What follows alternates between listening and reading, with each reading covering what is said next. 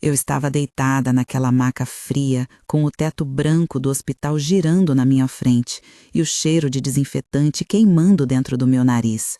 Minha perna latejava numa dor que eu nunca tinha sentido antes, como se tivessem enfiado 1000 agulhas de uma vez só. A enfermeira segurava minha mão, falando baixinho que ia ficar tudo bem, que o médico já vinha, mas eu mal conseguia ouvir. Meu coração estava batendo tão forte que parecia que ia sair pela boca. Foi quando o doutor Renato entrou, com aquela cara de quem não sabe começar a falar. Ele olhou para o papel na mão dele, depois para mim e suspirou fundo. Eu vi que tinha algo errado. Pensei que fosse a cirurgia, que talvez eu não fosse aguentar, que meu corpo velho e cansado finalmente tinha desistido. Mas não era isso. Dona Vera, ele falou, e a voz dele saiu trêmula. A senhora tem algum outro contato de família além do seu filho? Meu estômago apertou. Por quê? Ele não atendeu? O médico engoliu seco, olhou para o lado como se procurasse ajuda de alguém que não estava ali. Depois voltou os olhos para mim e eu vi uma mistura de raiva e pena naquele olhar. Ele atendeu sim, mas ele disse que está no aniversário da sogra dele e que se a senhora não resistir, é para a gente avisar depois. O mundo parou.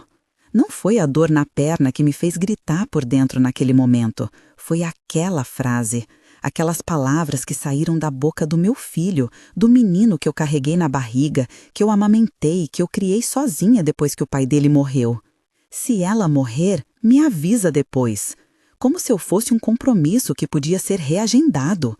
Como se minha vida valesse menos do que um pedaço de bolo de aniversário. As lágrimas começaram a descer quentes pelo meu rosto, mas não eram só lágrimas de tristeza. Tinha raiva ali, tinha vergonha e tinha algo novo, algo que eu nunca tinha sentido antes. Uma frieza que começou no peito e foi se espalhando, congelando cada pedacinho da dor que eu sentia. Naquele momento, eu deixei de ter medo de morrer e passei a ter medo de continuar viva sendo tratada daquele jeito. Se você é mãe e já se sentiu usada ou esquecida por um filho, se inscreve no canal, deixa o like e comenta "Filho não é banco" para eu saber que você está me ouvindo. Meu nome é Vera Lúcia dos Santos, tenho 63 anos e passei a vida inteira naquela cidadezinha do interior de Goiás, Aparecida de Goiânia, trabalhando de sol a sol. Meu Antônio morreu quando o Rafael tinha só 5 anos, infarto fulminante no meio da lavoura. Deixou eu e o menino com uma dívida no banco e uma casa de 3 cômodos que mais parecia cair. Eu não tive tempo de chorar direito. No dia seguinte ao enterro, eu já estava batendo de porta em porta procurando trabalho. Comecei limpando casa de família. Depois fui para a feira, ajudando uma comadre a vender verdura. Economizei cada centavo, cada moeda, até conseguir comprar uma chapa velha e montar minha barraquinha de pastel. Pastel de carne, de queijo, de pizza. Levantava 4 da manhã para fazer a massa, fritava até de noite. Voltava para casa com as pernas inchadas e o cheiro de óleo grudado na pele. O Rafael estudava numa escola pública, mas eu botei ele no reforço, paguei cursinho, uniforme, material. Quando o dinheiro não dava, eu tirava da minha boca. Emagreci tanto naquela época que a comadre Zilda jurava que eu estava doente. Não estava, só estava fazendo o que toda mãe faz, colocando o filho na frente.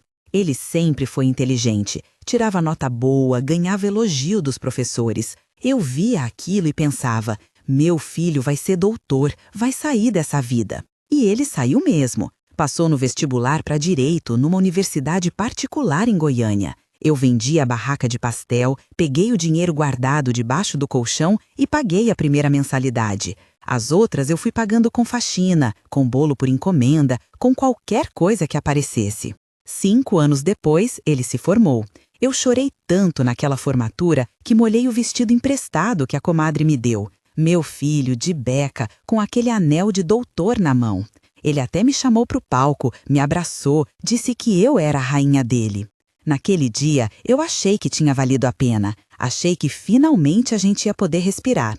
Só que as coisas começaram a mudar rápido demais. O Rafael abriu um escritório pequeno, no centro de Goiânia.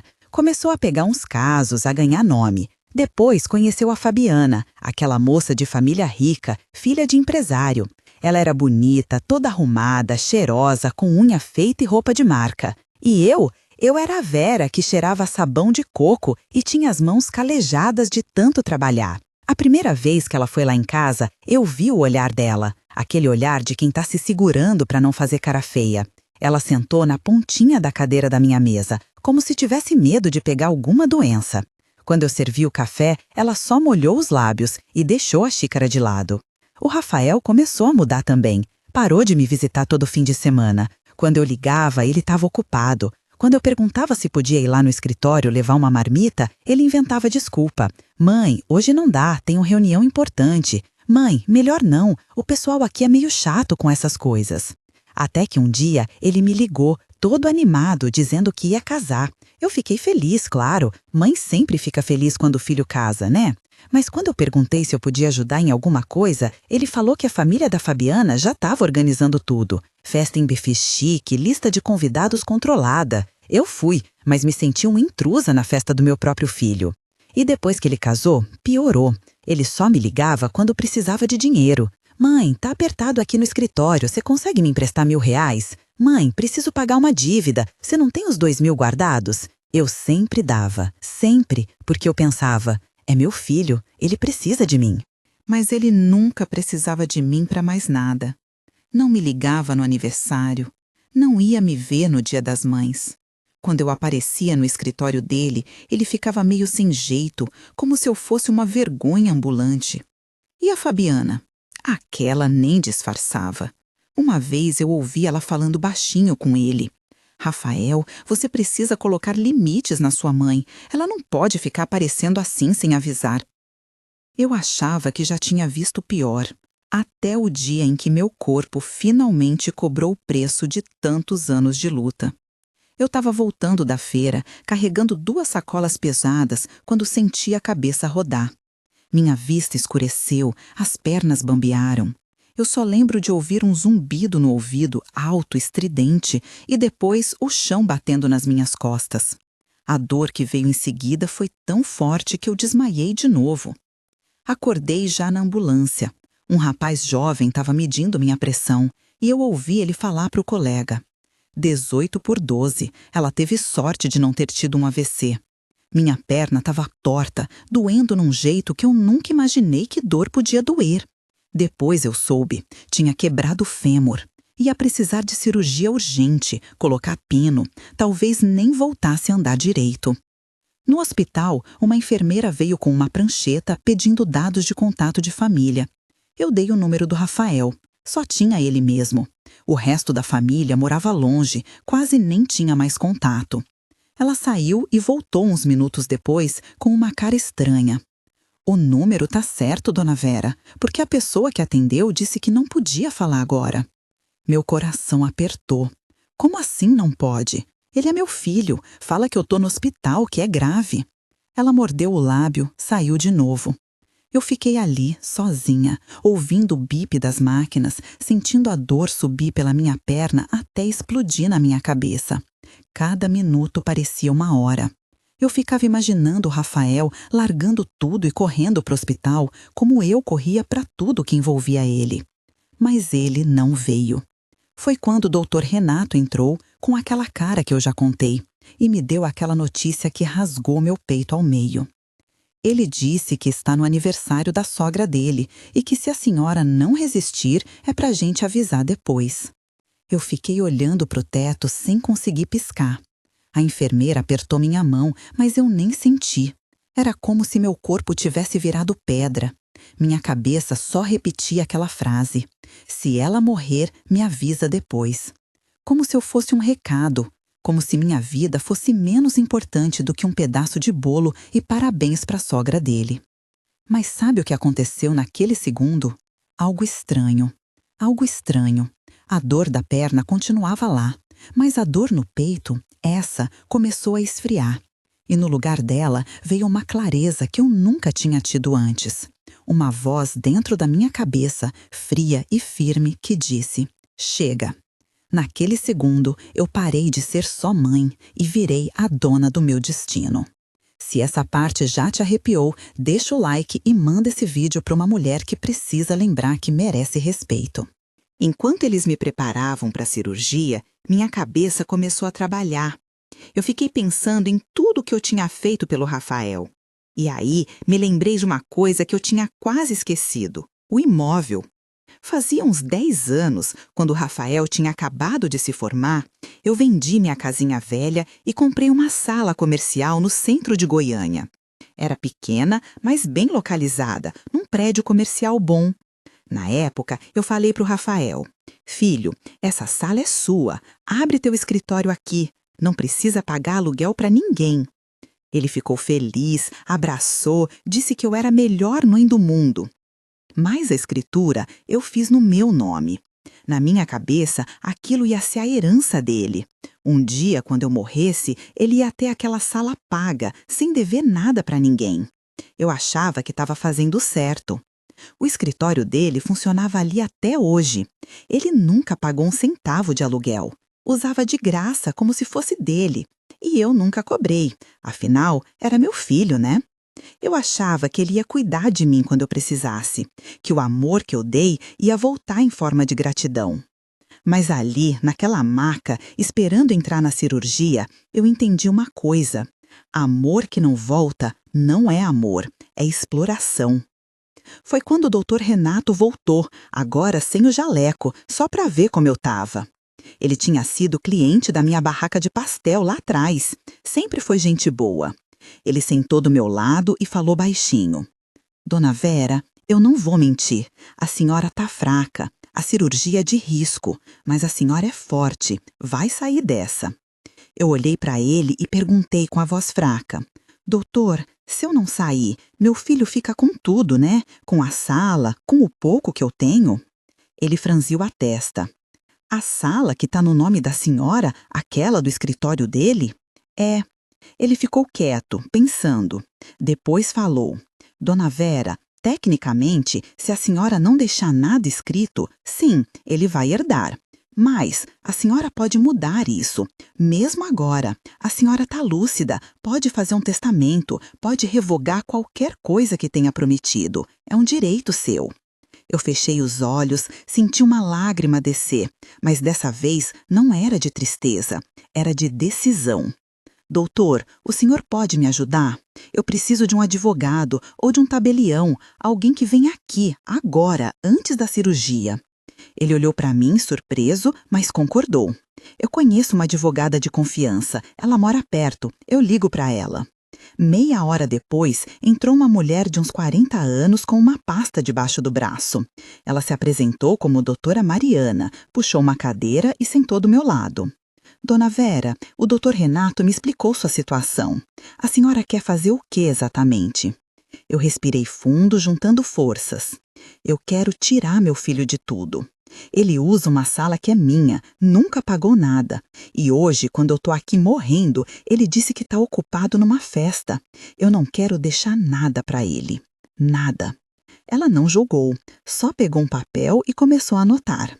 A senhora tem essa sala no seu nome? Tenho. A escritura está no meu nome. Eu só deixei ele usar de graça. Nunca fiz contrato, nada. Era de mãe para filho mesmo. Então a senhora pode retirar ele de lá a qualquer momento. E pode fazer um testamento decidindo para onde vai esse imóvel depois. Ou até mesmo vender, alugar, fazer o que quiser. É seu. Meu coração começou a bater mais rápido. Eu posso fazer isso agora? Aqui? Pode. Eu redijo o documento, a senhora assina, eu levo para o cartório registrar, fica valendo. Eu pedi para ela escrever tudo, que a sala não era mais para ser usada pelo meu filho, que eu ia decidir depois se ia vender ou alugar, mas que o dinheiro ia ser para cuidar de mim, pagar remédio, tratamento, enfermeira, o que eu precisasse, e que se sobrasse alguma coisa quando eu morresse, ia para uma instituição de caridade, qualquer coisa, menos para ele. Ela escreveu tudinho, leu em voz alta e me entregou para assinar. Minha mão tremia. Não era de medo, era de raiva misturada com uma paz estranha. Eu assinei cada papel, cada linha, com a caneta apertada entre os dedos. Enquanto o bisturi se aproximava, eu já tinha feito a cirurgia que realmente importava, a da minha dignidade. A cirurgia durou 4 horas. Eu quase não voltei. Meu coração parou uma vez na mesa e eles tiveram que me reanimar. Mas eu voltei. Voltei porque ainda tinha coisa para resolver. Fiquei internada 6 dias, sozinha, nenhuma visita. O Rafael não apareceu. Mandou uma mensagem no 3º dia. Mãe, desculpa, tô atolado de trabalho. Assim que der eu vou aí. Mas nunca dava. No 7º dia, eu já estava na cadeira de rodas fazendo fisioterapia quando ele finalmente apareceu. Entrou no quarto com um buquê de flores murchas, aquelas de supermercado, e uma cara de cachorro sem dono. Oi, mãe, como você tá? Eu olhei para ele e não senti nada, nem raiva, nem amor, só um vazio frio. Eu tô viva, Rafael, apesar de você não ligar muito para isso. Ele fez cara de ofendido. Como assim, mãe? Eu liguei, eu mandei mensagem. Você mandou mensagem 3 dias depois, e quando o hospital ligou, você disse que eu podia morrer, que você estava ocupado numa festa. A cara dele ficou branca. Quem te contou isso? O médico. Ele ouviu e achou que eu merecia saber o que meu filho pensa de mim. Ele começou a gaguejar. Mãe, não foi assim. Eu estava sem sinal. Eu não entendi direito. Para de mentir, Rafael. Eu puxei um envelope de debaixo do travesseiro e joguei no colo dele. Lê isso. Ele abriu, desdobrou os papéis e eu vi a cor sumir do rosto dele. Os olhos dele foram pulando de linha em linha, cada vez mais arregalados. O que é isso, mãe? É a escritura da sala, aquela que você usa de graça há 10 anos, e é a revogação do seu direito de ficar lá. Ele levantou da cadeira, quase gritando, você não pode fazer isso, essa sala é minha, você prometeu. Eu prometi que ia ser sua herança, mas para herdar eu preciso morrer, né? E você já me considerou morta, então eu resolvi antecipar. Mas mãe, meu escritório tá lá. Eu tenho cliente, funcionário, processo. Eu não posso sair assim do nada. Você tem 60 dias para sair. Tá tudo no papel. Depois disso, eu alugo. E o dinheiro do aluguel vai pagar meus remédios, minha fisioterapia, minha enfermeira. Porque eu não vou mais contar com você para nada. Ele ficou me olhando como se eu tivesse enlouquecido. Depois apontou o dedo na minha cara. Você tá sendo manipulada. Alguém botou essa ideia na sua cabeça. Aposta que foi aquela advogada piranha que você contratou. Eu levantei a mão e ele calou a boca na hora. Minha voz saiu baixa, mas firme. No dia em que o médico ligou, você me considerou morta. Se eu estava morta para você, meu dinheiro também morreu para você naquele dia. Ele ficou parado, tremendo. Tentou argumentar, tentou chorar, tentou me abraçar. Mas eu não cedi. Ele saiu do quarto batendo a porta e eu nunca mais ouvi falar dele. Bom, menti, ouvi sim. 2 semanas depois, ele mandou um advogado tentar reverter a situação. Não conseguiu. A doutora Mariana tinha feito tudo certinho. A sala era minha e eu tinha todo o direito de fazer o que eu quisesse com ela. Eu não vendi, aluguei. Aluguei para uma dentista muito gente boa, que paga em dia e até me manda mensagem perguntando como eu tô. O dinheiro do aluguel paga meu plano de saúde, meus remédios, uma moça que vem 3 vezes por semana me ajudar em casa. Eu voltei a andar, com a ajuda de bengala, e hoje eu tô bem. Não excelente, mas bem. O Rafael sumiu. A Fabiana também. De vez em quando eu vejo foto deles no Facebook, sorrindo, fingindo que tá tudo perfeito. Ele abriu outro escritório, menor, num bairro mais afastado. A vida dele piorou? Sinceramente, eu não sei. E eu não ligo mais. Eu tenho 2 netas que eu quase não conheço. Às vezes eu penso nelas, mas o Rafael não deixa elas me verem. Diz que eu sou uma influência ruim. Deixa ele pensar o que quiser. Sabe, eu passei a vida inteira achando que ser mãe era se sacrificar. Era dar tudo, até sobrar nada. Era aceitar qualquer coisa, porque filho é filho, né? Mas eu aprendi do jeito mais doloroso possível que amor que só vai num sentido não é amor, é abuso. Ser mãe não é ser banco, não é empresa de empréstimo, não é depósito de dinheiro que filho saca quando quer. Ser mãe é dar amor, apoio, estrutura. Mas isso não significa aceitar desrespeito. Não significa ser tratada como se você fosse descartável. Se você tem um filho que só te procura quando precisa de dinheiro, pensa. Você merece mais do que isso. Se você tem um filho que tem vergonha de você, que te esconde, que não te inclui na vida dele, Você não é obrigada a aceitar isso calada. E outra coisa, não passe tudo para o nome de filho enquanto você está viva. Eu já vi muita mulher fazer isso, achar que está garantindo o futuro do filho e depois ficar sem nada dependendo da boa vontade dele. E boa vontade, minha amiga, nem sempre existe. Se você tem um bem, uma casa, um terreno, deixa no seu nome. Faça um testamento, se quiser, mas não se deixe desprotegida. Procura um advogado, vai na defensoria pública se não tiver dinheiro, mas protege o que é seu, porque no final ninguém vai cuidar de você melhor do que você mesma. Hoje eu acordo de manhã, tomo meu café com pão com manteiga, vejo minha novelinha, faço minha fisioterapia. Eu não tenho luxo, mas eu tenho paz. E paz, eu descobri, vale mais do que qualquer herança. Às vezes eu passo na frente daquela sala que eu comprei, aquela que era para ser do Rafael. Eu vejo a placa da dentista na porta, vejo as pessoas entrando e saindo. E eu sorrio, porque aquilo ali é meu, eu construí e eu decidi o que fazer com aquilo. No hospital, naquela maca, com medo de morrer, eu achei que tinha perdido tudo. Mas, na verdade, foi ali que eu recuperei a única coisa que realmente importa, o respeito por mim mesma. Naquele hospital, eu quase perdi a vida, mas foi ali que eu recuperei algo ainda mais raro, o respeito por mim mesma. Se essa história falou com você, comenta "Eu escolho dignidade" aqui embaixo e compartilhe esse vídeo com outra mulher que precisa lembrar que não é obrigada a aceitar falta de respeito de ninguém, nem de filho. Sabe o que eu descobri nesses meses todos, depois que tudo aconteceu? Que a solidão que eu senti agora, morando sozinha, cuidando de mim mesma, era muito menor do que a solidão que eu sentia antes, quando eu ainda tinha um filho. Porque antes eu estava sozinha no meio de uma ilusão. Eu fingia que tinha família, fingia que tinha apoio, fingia que aquelas migalhas de atenção que o Rafael me dava eram suficientes. Eu comemorava quando ele me mandava um "Oi, mãe" no WhatsApp, ficava feliz quando ele aceitava o dinheiro que eu oferecia. Que tristeza, né? Agora eu não finjo mais nada. Eu sei exatamente onde eu tô, quem eu tenho e o que eu mereço. A comadre Zilda, aquela que vendia verdura comigo na feira, foi a primeira pessoa que veio me ver quando eu voltei para casa.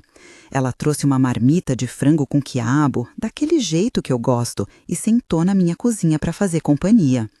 "Vera, eu sempre soube que esse menino não prestava", ela falou, enchendo meu prato. "Mas eu nunca tive coragem de te falar. Você era tão orgulhosa dele." Eu engoli a comida e senti o gosto de comida de verdade, feita com carinho. Fazia tempo que eu não sentia isso. Eu era orgulhosa da ilusão, Zilda, do filho que eu queria que ele fosse, não do filho que ele realmente era. Ela balançou a cabeça. "Mas você fez a coisa certa, viu? Mulher tem que ter amor próprio. Mãe não é capacho." Eu sorri. Era bom ter alguém do meu lado, alguém que não me julgava, que não achava que eu tinha sido cruel, egoísta ou louca, porque teve gente que achou. A vizinha da frente, a dona Célia, parou de me cumprimentar. Eu descobri depois que ela achou um absurdo eu ter tirado a herança do meu filho. "Coitado do menino, trabalhou tanto e a mãe fez uma maldade dessas", ela comentou com outra vizinha, mas o vento trouxe a fofoca até mim. Eu ri quando ouvi, ri mesmo, porque é engraçado como as pessoas acham que filho pode fazer qualquer coisa com a mãe, mas mãe não pode se defender, como se a gente tivesse que aceitar tudo calada só porque um dia a gente pariu aquela criatura.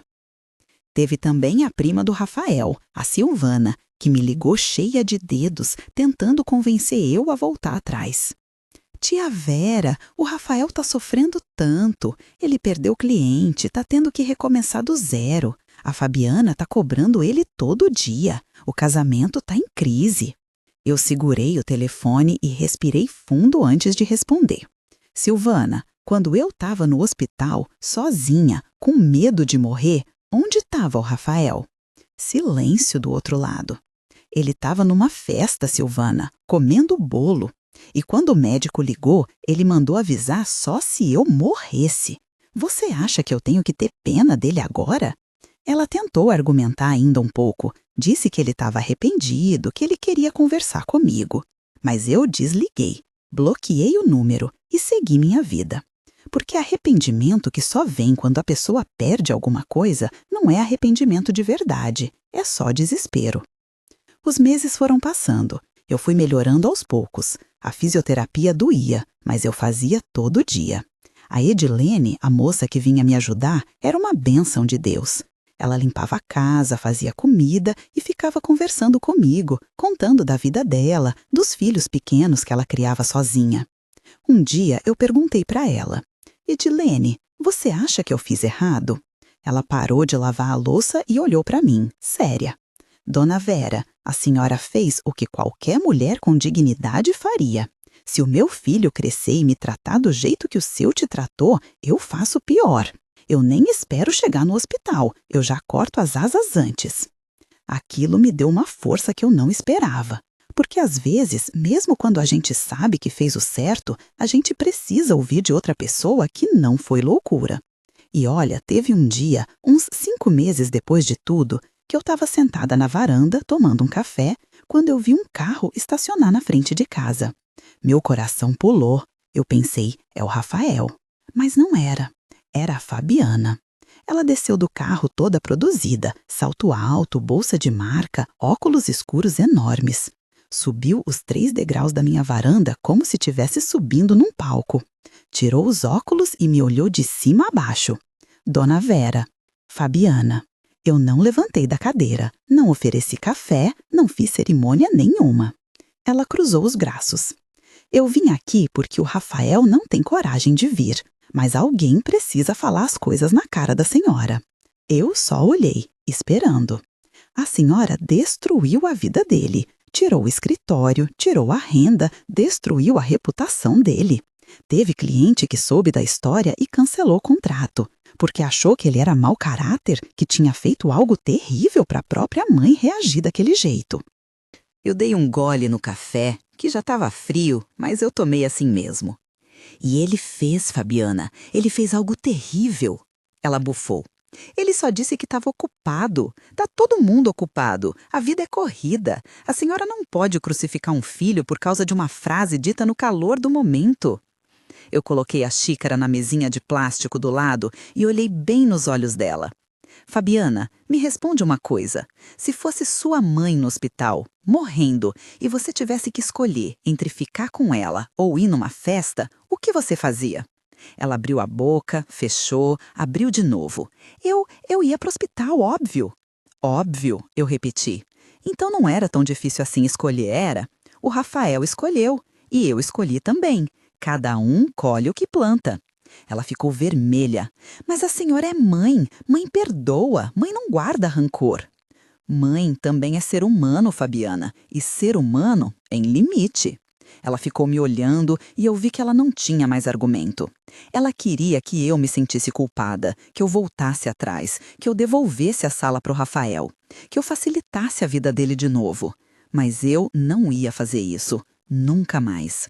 Ela colocou os óculos de volta, virou as costas e foi embora sem dizer mais nada. O carro dela sumiu na esquina e eu voltei a tomar meu café, que já estava frio e amargo, mas eu tomei até a última gota. Sabe o que eu percebi naquele dia? Que pessoas como a Fabiana, como o Rafael, como a prima Silvana e a vizinha Célia, elas não entendem. Elas acham que mãe é um ser sobrenatural, que não sente dor, que não cansa, que não tem direito de se defender. E quando a gente se defende, a gente vira a vilã da história. Mas eu prefiro ser a vilã da história dos outros do que ser a vítima da minha própria história. Hoje eu tô com 64 anos. Faço aniversário mês que vem e pela primeira vez em décadas eu não tô esperando que meu filho lembre, porque eu sei que ele não vai lembrar. E tá tudo bem. A comadre Zilda já falou que vai fazer um bolo para mim. A Edilene disse que vai trazer as crianças dela para cantar parabéns. O Dr. Renato mandou mensagem dizendo que vai dar um pulo aqui para tomar um café. E isso, para mim, é família de verdade. Não é sangue, é presença. Eu tenho a sala alugada, que me dá uma renda boa, tenho minha casinha simples, mas quitada, tenho saúde dentro do possível e tenho paz. Uma paz que eu nunca tive, nem quando o Rafael era pequeno e eu achava que estava construindo um futuro melhor. Porque essa paz não depende de ninguém, ela depende só de mim, de acordar de manhã e olhar no espelho e saber que eu fiz o que tinha que ser feito, que eu não me deixei ser pisada, que eu não aceitei migalha.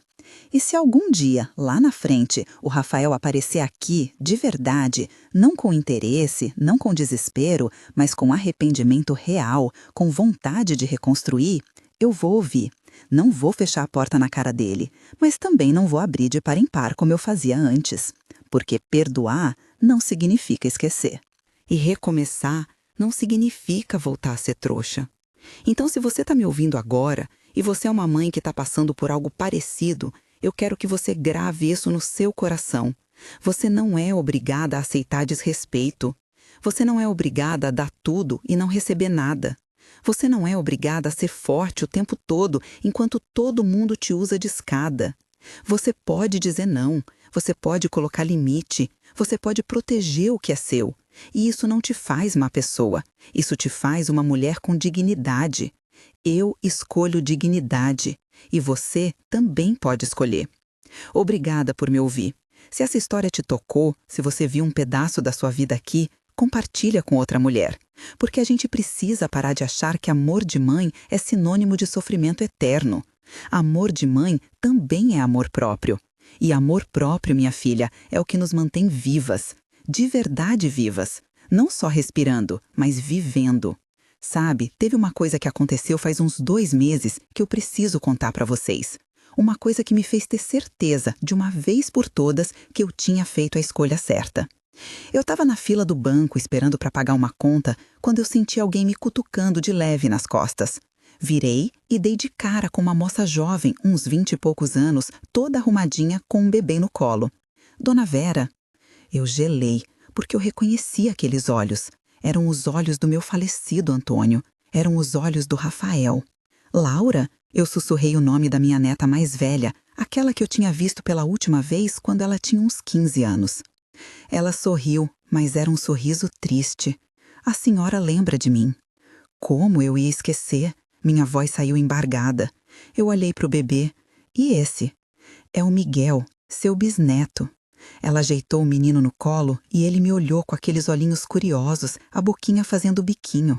Meu coração apertou tanto que eu pensei que ia ter outro problema de saúde ali mesmo, no meio do banco. Meu bisneto! Eu estendi a mão, meio sem jeito, e toquei no pezinho dele, que estava para fora da mantinha. Ele era quentinho, gordinho, cheiroso, perfeito. Laura olhou em volta, meio nervosa. Dona Vera, eu não posso ficar muito tempo. Se meu pai souber que eu vim falar com a senhora, ele proibiu você de me ver? Ela mordeu o lábio e assentiu. Ele disse que a senhora é uma pessoa ruim, que a senhora tirou tudo dele, que a senhora não merece fazer parte da nossa família. Cada palavra era uma facada, não pela dor que elas causavam, mas pela coragem que aquele menino tinha de mentir para os próprios filhos. E você acredita nisso? Eu perguntei, olhando bem nos olhos dela. Laura balançou a cabeça devagar. Eu não acreditei desde o começo, porque eu lembro como a senhora era com a gente quando éramos pequenas.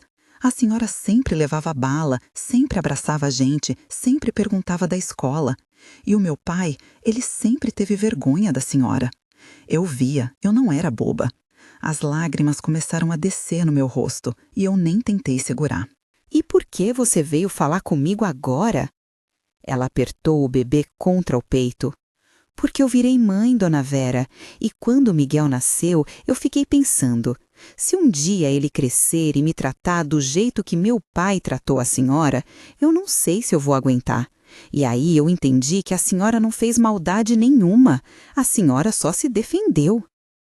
Eu não aguentei, abracei aquela menina ali mesmo, no meio da fila do banco, com gente olhando, com o bebê espremido entre nós duas.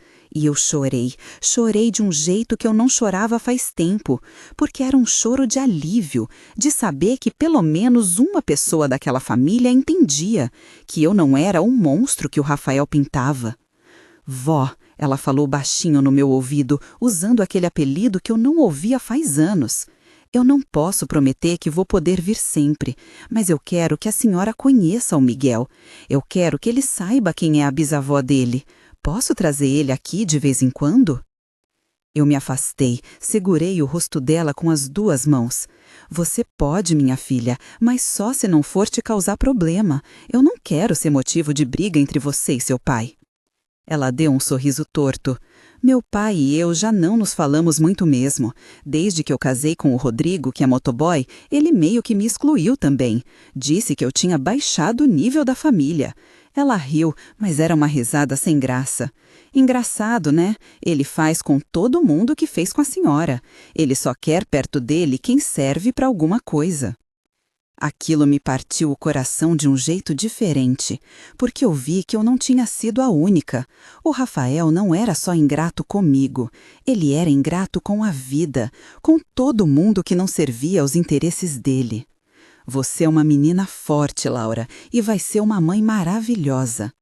Ela beijou minha testa, anotou meu telefone num papel, me passou o dela e foi embora. Eu fiquei ali, parada, vendo ela sumir na porta giratória do banco com meu bisneto no colo. E sabe o que eu senti? Não foi raiva do Rafael, nem tristeza. Foi pena. Pena de um homem que tinha tudo, uma mãe que se sacrificou por ele, uma filha maravilhosa, um neto lindo, e jogou tudo fora porque achava que as pessoas valiam pelo que elas tinham, não pelo que elas eram. Desde aquele dia, a Laura vem me visitar uma vez por mês. Ela não conta para o Rafael. Ela chega de manhã cedo, antes dele acordar, e fica umas 2 horas aqui comigo. Traz o Miguel, que já está até engatinhando. Eu faço mingau para ele, canto musiquinha boba, fico vendo ele brincar no chão da minha sala. E sabe o que é mais bonito? A Laura me pergunta conselhos sobre criação de filhos, sobre casamento, sobre vida. Ela me trata com respeito, com carinho, do jeito que o Rafael nunca tratou. Um dia eu perguntei para ela: Laura, você não tem medo de virar como seu pai, de ficar parecida com ele? Ela estava sentada no chão, brincando de esconde-esconde com o Miguel.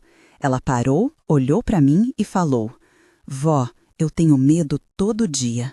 Mas aí eu olho para o Miguel e penso: que tipo de mãe eu quero ser?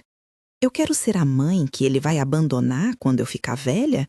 Ou eu quero ser a mãe que ele vai querer ter por perto até o último dia? E a resposta sempre me mostra o caminho. Eu sorri, porque ali, naquela menina, eu via que nem tudo tinha sido em vão. Que de alguma forma, algum pedacinho do amor que eu plantei tinha germinado. Não no filho, mas na neta. E estava tudo bem, porque amor é que nem semente. Às vezes ele não brota onde a gente planta, mas o vento leva para outro canto e ele cresce lá, forte e bonito. Teve outra coisa também. Faz umas 3 semanas, eu estava na padaria comprando pão quando esbarrei numa mulher que eu não via faz tempo, a Conceição, que tinha sido vizinha minha lá nos tempos da barraca de pastel. Vera, meu Deus, mulher, eu ouvi falar do que aconteceu. Como você tá? Eu sorri. Eu tô bem, Conceição. Tô viva e tô em paz. Ela me puxou para um canto, perto das prateleiras de biscoito, e falou baixinho: Vera, eu preciso te contar uma coisa.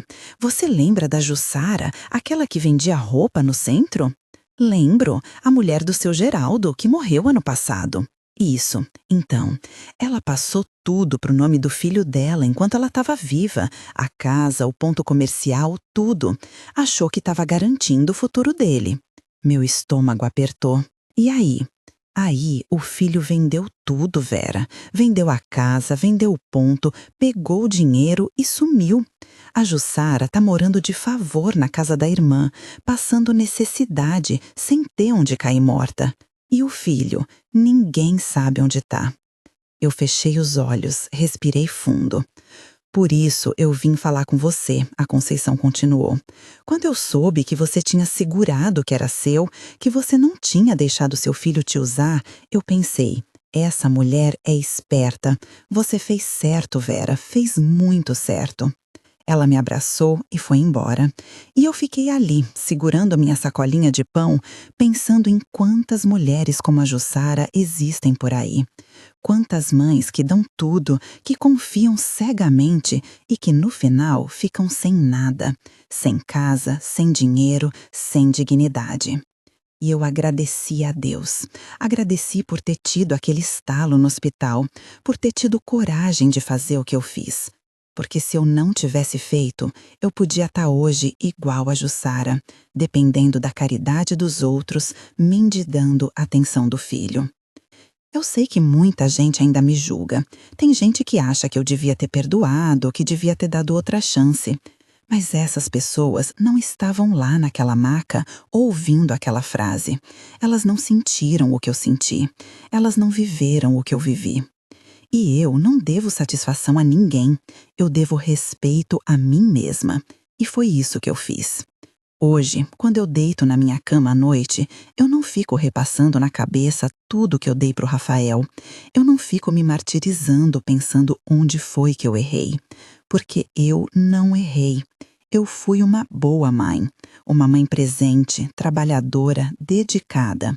O erro não foi meu, foi dele. Dele que escolheu ser ingrato. Dele que escolheu valorizar a aparência em vez de essência. Dele que escolheu uma festa em vez da própria mãe morrendo. E essa escolha ele vai carregar para sempre. Não como castigo meu, mas como consequência dele. Eu, por outro lado, escolhi minha dignidade. Escolhi meu respeito próprio. Escolhi viver os anos que me restam em paz, cercada de quem realmente se importa comigo. Nem que seja só a comadre Zilda, a Edilene, o doutor Renato e agora a Laura com o pequeno Miguel. Porque família não é só sangue. Família é quem fica, é quem aparece, é quem se importa. E eu tenho família. Tenho, sim. Então, se você está me ouvindo e está passando por algo parecido, eu te digo de novo. Você não precisa aceitar desrespeito. Você não precisa ser forte para todo mundo e fraca com você mesma. Você não precisa se sacrificar até sumir. Você pode escolher você. E isso não é egoísmo, isso é sobrevivência. Proteja o que é seu. Proteja seu patrimônio, sua paz, sua saúde mental. Procure ajuda jurídica se precisar. A Defensoria Pública existe para isso. Não passe nada para nome de filho enquanto você está viva, a não ser que você tenha certeza absoluta de que não vai se arrepender. E mesmo assim, pense 3 vezes. Porque a vida é comprida, minha filha, e chega uma hora que a gente precisa de apoio. E se a gente já deu tudo, não sobra nada para nos proteger. Eu quase cometi esse erro, quase deixei meu filho com tudo. Mas Deus me deu uma segunda chance, me deu aquele estalo, aquela clareza, ali na hora mais difícil. E eu não desperdicei. Hoje eu sou uma mulher de 64 anos, com uma perna que dói quando vai chover, com cabelo mais branco do que preto, com ruga em volta dos olhos. Mas eu sou uma mulher livre, livre de culpa, livre de exploração, livre de ilusão. E essa liberdade ninguém tira de mim. Obrigada por ter me ouvido até aqui. Obrigada por não me julgar. Obrigada por entender que mãe também é gente e que gente merece respeito. Se você chegou até o final dessa história, deixa seu "eu escolho dignidade" nos comentários. E se você conhece alguma mulher que precisa ouvir isso, manda esse vídeo para ela, porque às vezes a gente só precisa ver que não tá sozinha para ter coragem de fazer o que precisa ser feito. Um beijo no coração de cada uma de vocês. E lembra, você é forte, você é capaz e você merece respeito. Sempre. Tem uma coisa que eu ainda não contei para vocês e que aconteceu semana passada. Uma coisa que mexeu comigo de um jeito que eu não esperava. Eu estava aqui em casa, era umas 7 da noite, já estava escurecendo. Eu tinha acabado de jantar, estava vendo o jornal na televisão quando tocou a campainha. Eu não costumo receber visita essa hora, então já fiquei com o pé atrás. Peguei minha bengala, fui até a porta e olhei pelo olho mágico. Era o Rafael. Meu coração disparou. Não de alegria, não de saudade. Foi tipo um susto, sabe? Como quando você vê algo que você tinha certeza que não ia ver mais. Ele estava sozinho, sem a Fabiana, sem flores, sem nada nas mãos. Só ele, de camisa social amarrotada, a gravata frouxa, a barba por fazer. Ele parecia pequeno, cansado. Eu respirei fundo e abri a porta, mas deixei a corrente no trinco.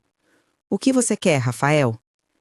Ele levantou os olhos para mim e eu vi que eles estavam vermelhos. Ou ele tinha chorado, ou ele não estava dormindo direito.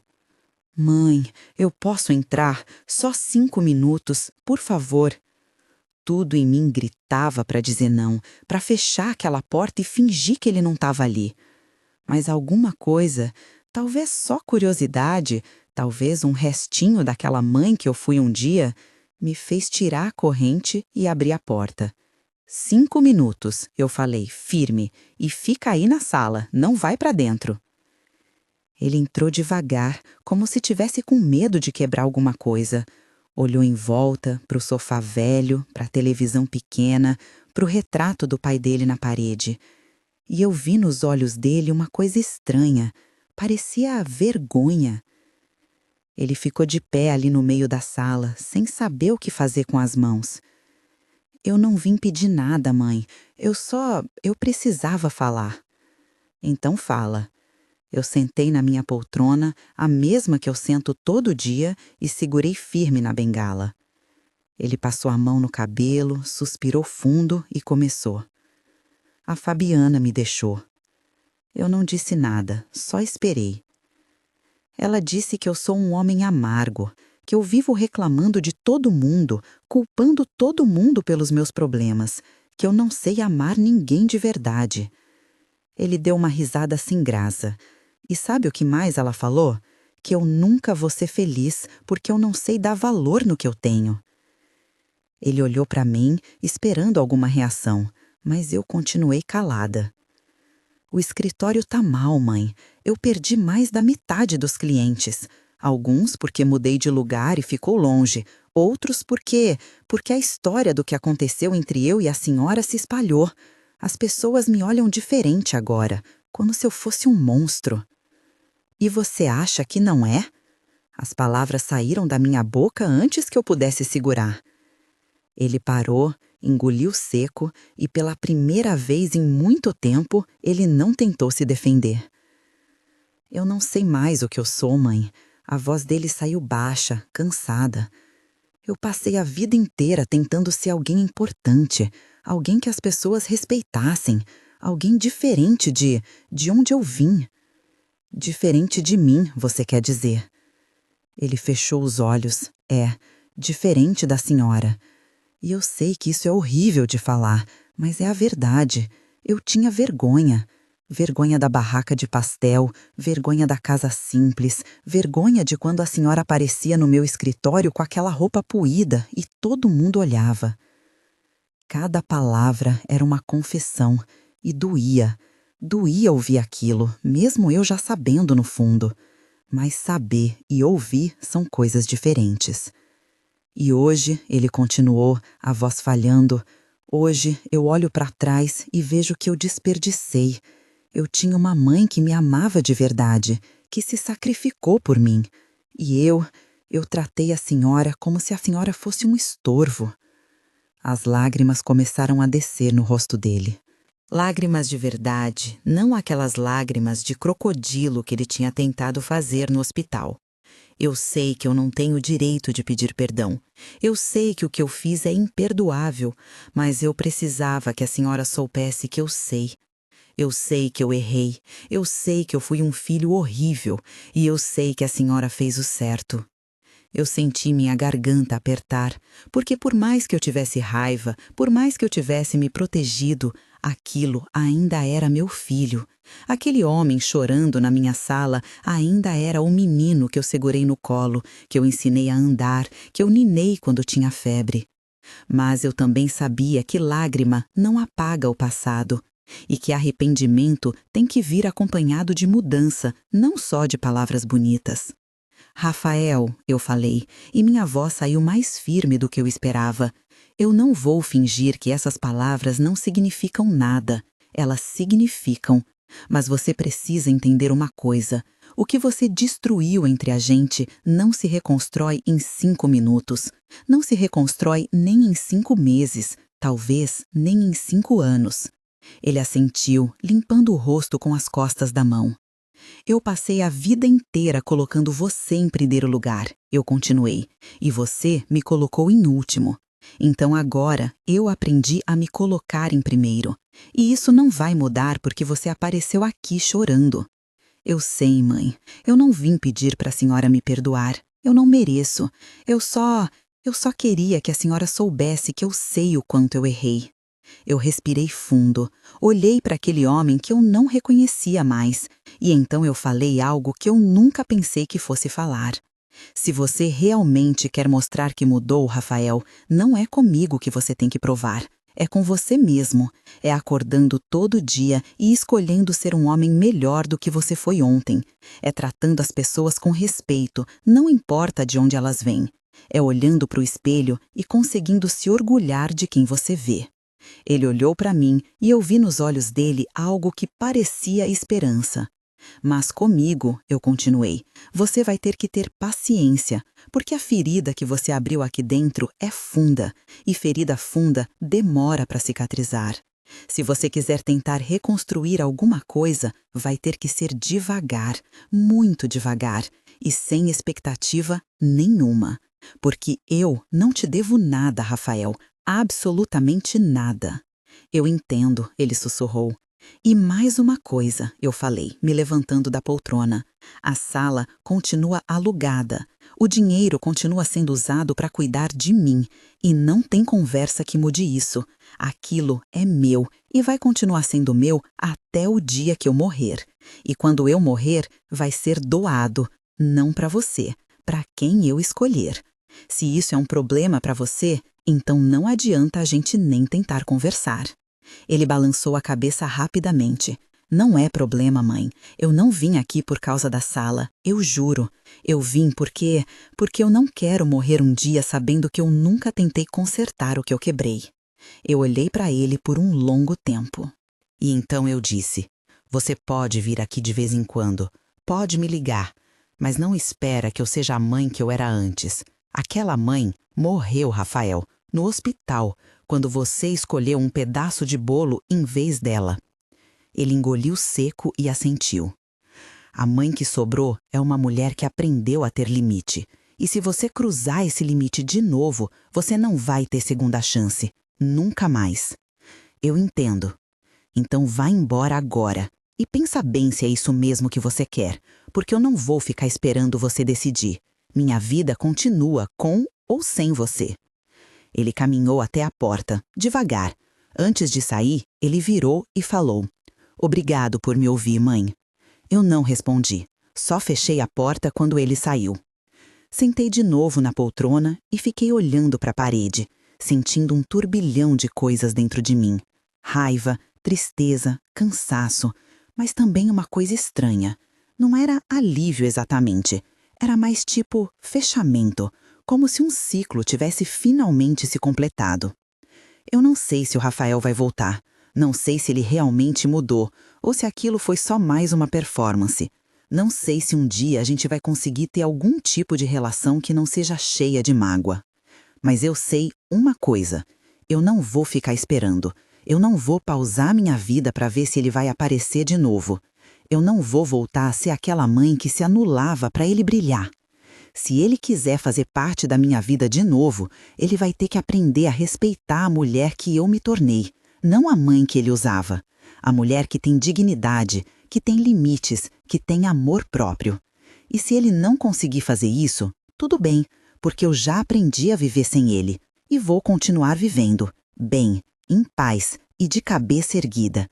Porque no final das contas, a história não é sobre ele. Nunca foi. A história é sobre mim. Sobre a mulher que quase perdeu tudo, mas que encontrou forças para se levantar e dizer, chega, eu mereço mais. E eu mereço mesmo. Nós todas merecemos. Eu escolho dignidade. E você?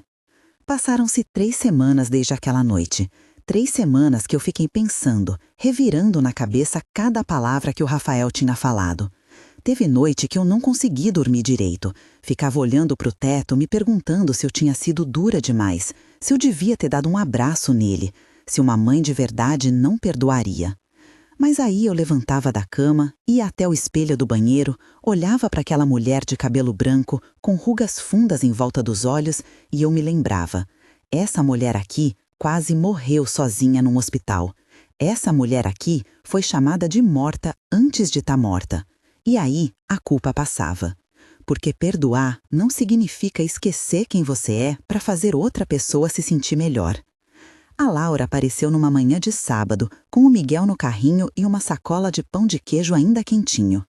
Vó, eu preciso te contar uma coisa, ela falou, assim que entrou, com aquela cara de quem tá carregando um segredo pesado. Fala, minha filha. Eu peguei o Miguel no colo e ele já veio sorrindo, puxando meu brinco com aquela mãozinha gordinha. Meu pai me ligou ontem. Meu coração pulou.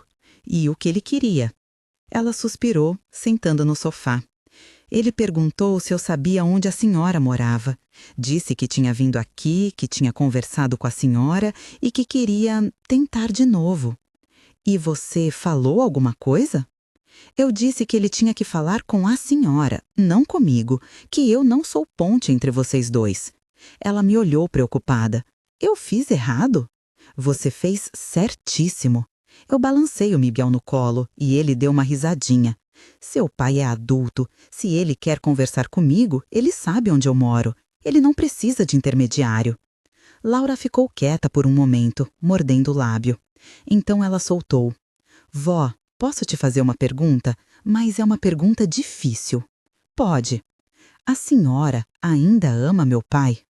Eu não esperava por essa.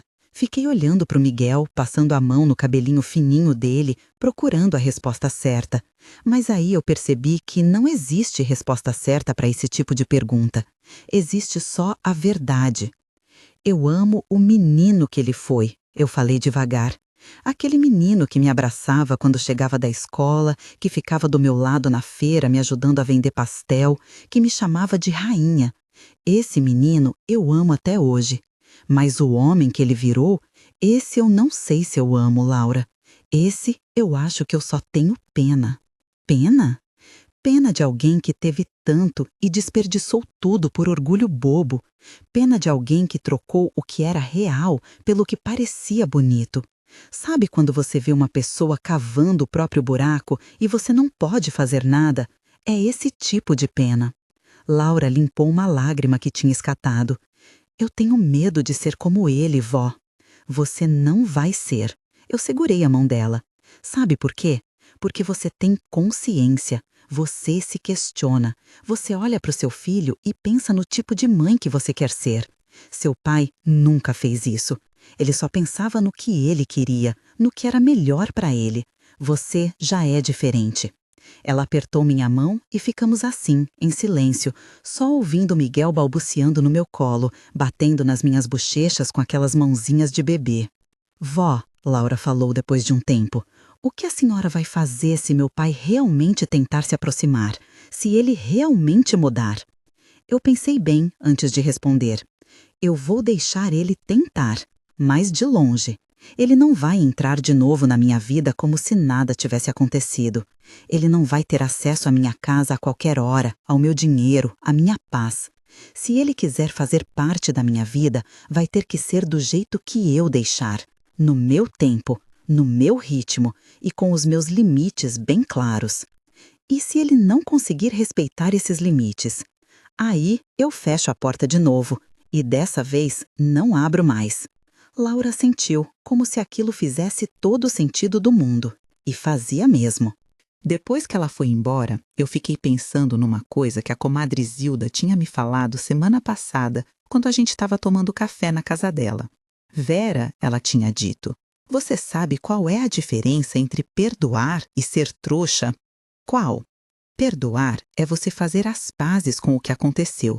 Deixar a raiva embora, seguir sua vida sem aquele peso no peito. Ser trouxa é você deixar a pessoa fazer tudo de novo. E ela estava certíssima.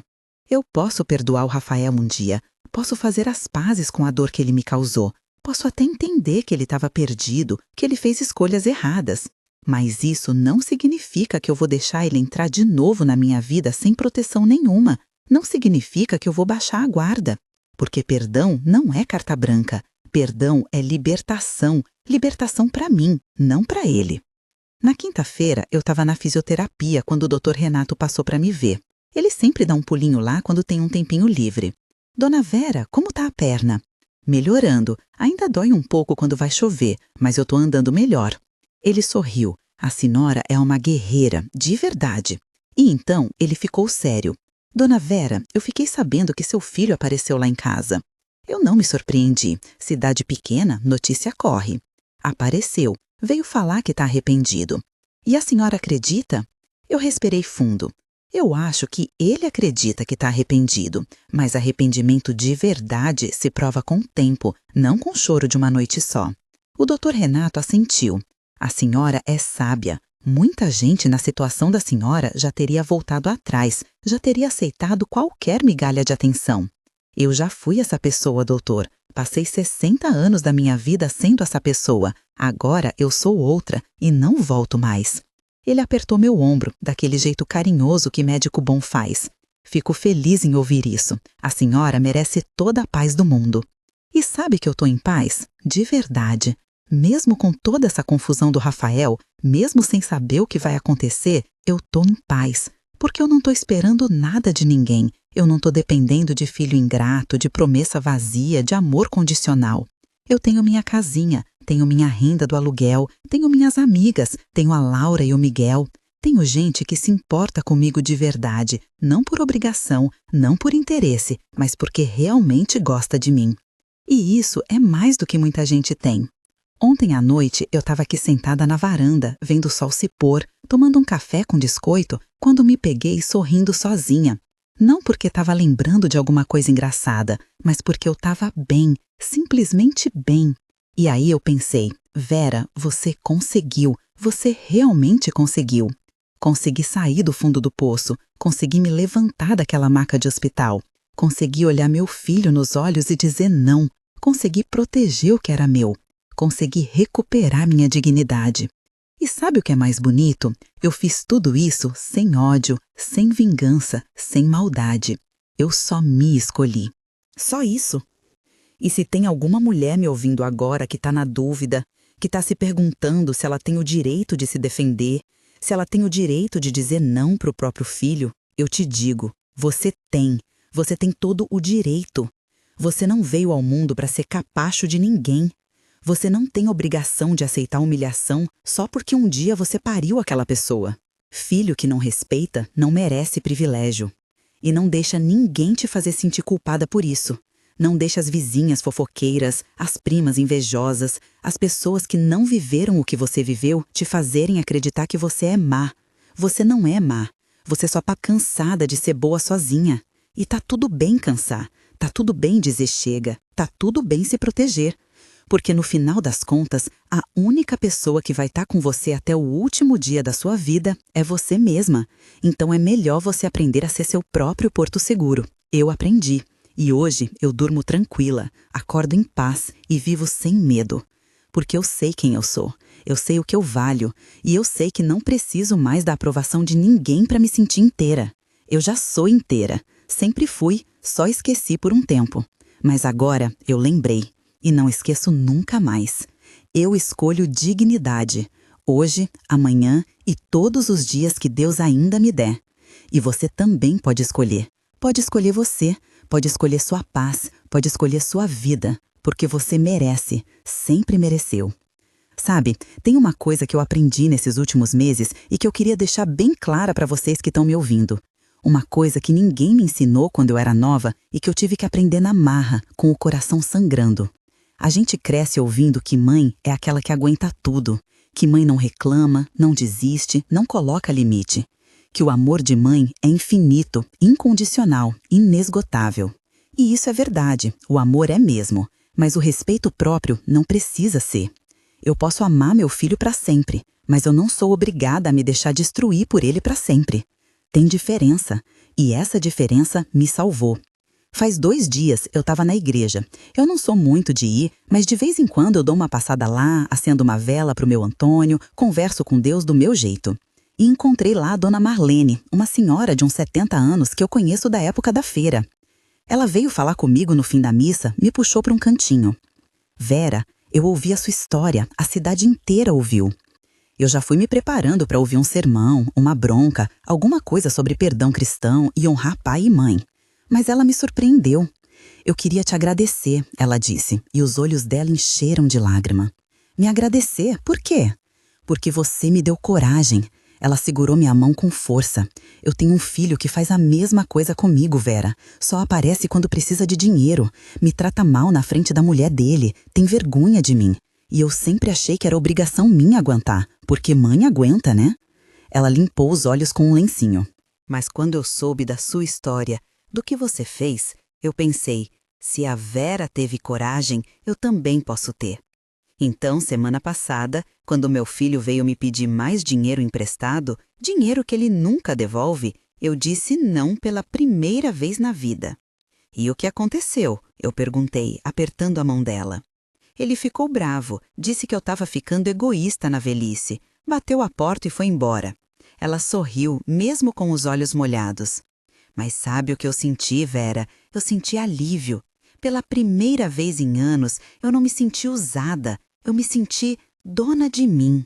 Eu abracei aquela mulher ali mesmo, na porta da igreja, e as duas choramos juntas, porque a gente se reconhecia. A gente era a mesma dor, a mesma luta, a mesma vitória. Dona Marlene, eu falei no ouvido dela, a senhora fez a coisa certa e não volta atrás. Não importa o quanto ele insista, o quanto ele chore, o quanto ele tente te fazer sentir culpada, a senhora merece respeito. Nós merecemos, ela corrigiu, nós todas. E ela estava certa, nós todas merecemos. Toda mãe que já se sentiu invisível merece ser vista. Toda mãe que já foi tratada como banco merece ser tratada como pessoa. Toda mãe que já chorou sozinha merece ter alguém que enxugue suas lágrimas.